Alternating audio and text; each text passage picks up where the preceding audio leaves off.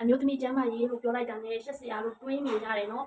တကယ်တော့ဒါရှက်စရာမဟုတ်ဘူးမိန်းကလေးကျန်းမာရေးအမျိုးသမီးကျန်းမာရေးကအရန်ကိုအရေးကြီးတယ်ကိုကဖြစ်လို့ဖြစ်မှကုသတာထဲမဖြစ်ခင်ကာကွယ်တာကအကောင်းဆုံးမိန်းကလေးကျန်းမာရေးဆိုတာကမိန်းကလေးတိုင်းဖြစ်ဘူးတယ်မဖြစ်သေးတာပဲရှိတာနော်ဒီမိမကိုဝင်တာရားရံတာအဖြူစင်းတာတွေကမိန်းကလေးတိုင်းဖြစ်ကြရတယ်နော်ဒီအခြေအနေနဲ့အချိန်အခါရဖြစ်ကြတာပေါ့နော်မိုးရင်းဘက်ဆိုလို့ရှိရင်လေကိုတွေကဘောင်းမီကိုဒီတိုင်းနှမ်းထားတယ်မစိုးမချောက်အခြေအနေမျိုးမှာမိဖို့တိုက်မိတယ်အကယ်တချို့ကြောင့်လည်းမိဖို့မတိုက်ပဲဝိမိတယ်အဲ့ဒါမျိုးဆိုလို့ရှိရင်ပိုးဝင်တယ်နော်ပိုးဝင်ပြီးတော့မှပိုးဝင်ရားရံတာတွေအဲ့ဒါကိုမကူတာပဲဒီတိုင်းကိုကပြစ်ထားလိုက်တဲ့အခါမှာ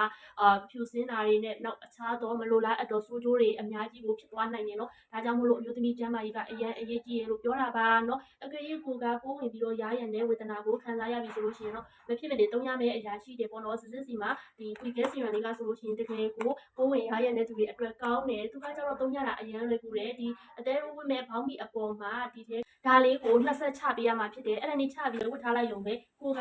မနက်တစ်ကြိမ်ညတစ်ကြိမ်ဒီလိုမျိုးလေးသုံးပေးမယ်ဆိုလို့ရှိရင်ပိုးဝင်ပြီးရားရံတာကို3ရက်အတွင်းနဲ့ပျောက်ပါတယ်ရှင်နော်3ရက်အတွင်းပျောက်တယ်အဖြူစင်းတဲ့သူတွေဆိုလို့ရှိရင်လည်းဒီလိုလေးပဲအဲ့လိုလေးစင်ခုနကပြောတဲ့အတိုင်းပဲဘောင်းမီလေးပေါ်အဆက်ချပြီးတော့မှဝတ်ပေးနော်အဖြူစင်းတာကနေတဲ့သူယောဂမရင်သေးတဲ့သူဆိုလို့ရှိရင်တော့တပတ်အတွင်းပျောက်တယ်အကယ်၍ကိုကအရင်ဆုံးကဖြစ်နေတာကြာပြီ